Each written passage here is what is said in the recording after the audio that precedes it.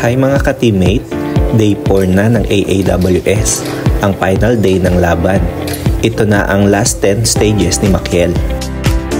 Every move counts, every shot brings him closer to the finish line. Pero bago natin tapusin ang journey na to, sneak peek muna sa awarding ceremony. Tara, sama kayo sa adventure namin! Day 4 na, this is it. Stage 10 started strong. Makiel showed na kahit day 4 na, andun pa rin ang focus. He moved with purpose, calculated every step, and controlled his shots.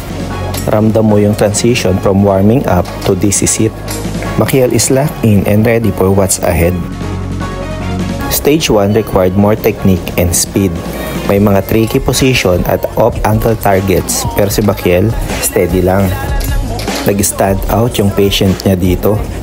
Instead of rushing, he made sure each shot counted.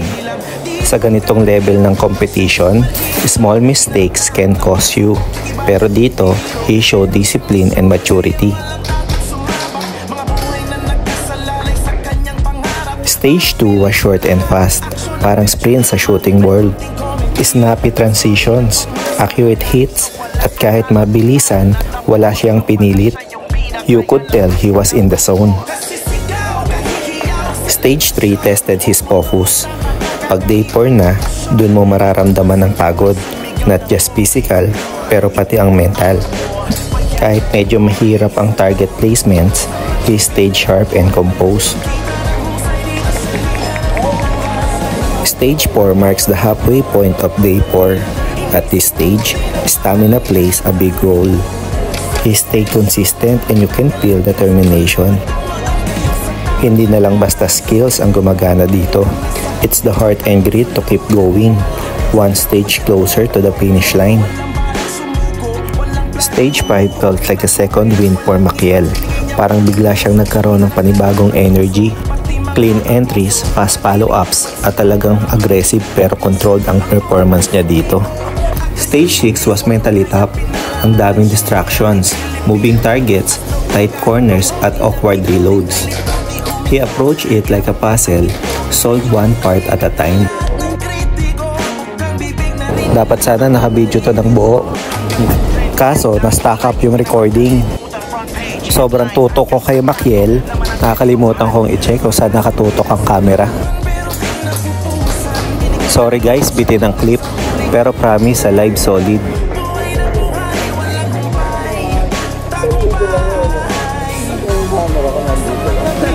Stage 8, second to the last.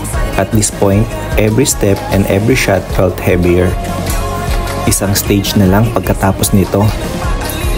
He did not let the pressure get to him. Instead, ginamit niya ito as motivation. One of his cleanest runs so far. Stage 9, the final run. Ito na yon. Lahat ng pagod, lahat ng preparation, lahat ng support and prayers para sa moment na to. Makiel stepped into the stage with a smile. You could feel the energy. He gave it everything. Clean shots, solid movement, and one step deep breath before the final target. And just like that, he did it. 30 stages completed. Proud is not even enough. This was more than a performance. It was a journey. Si Makiel ang nag-iisang Super Junior na sumali sa Air Classic Division sa buong AAWS. At 13 years old, that's already a huge achievement. Pero dahil siya lang ang nag-iisa sa category, hindi siya naging eligible for official ranking. Kailangan kasi ng minimum of 5 shooters sa isang division. Kaya ang nangyari, umakyat siya ng junior category kung saan mas matanda at mas experience ang kalaban. Pero hindi pa doon natapos. Eventually, nilipat ang score niya sa overall division kung saan halos lahat ng top level athletes ay nandoon. Hindi madali pero Makiel took it as a challenge. After days of competition, win or lose, deserve natin to. Quick dinner celebration muna with the team. During awarding ceremony, napaka-intense ng energy inside the hall. Makikita mo sa mga mukha nila, this is more than just a competition. This is victory.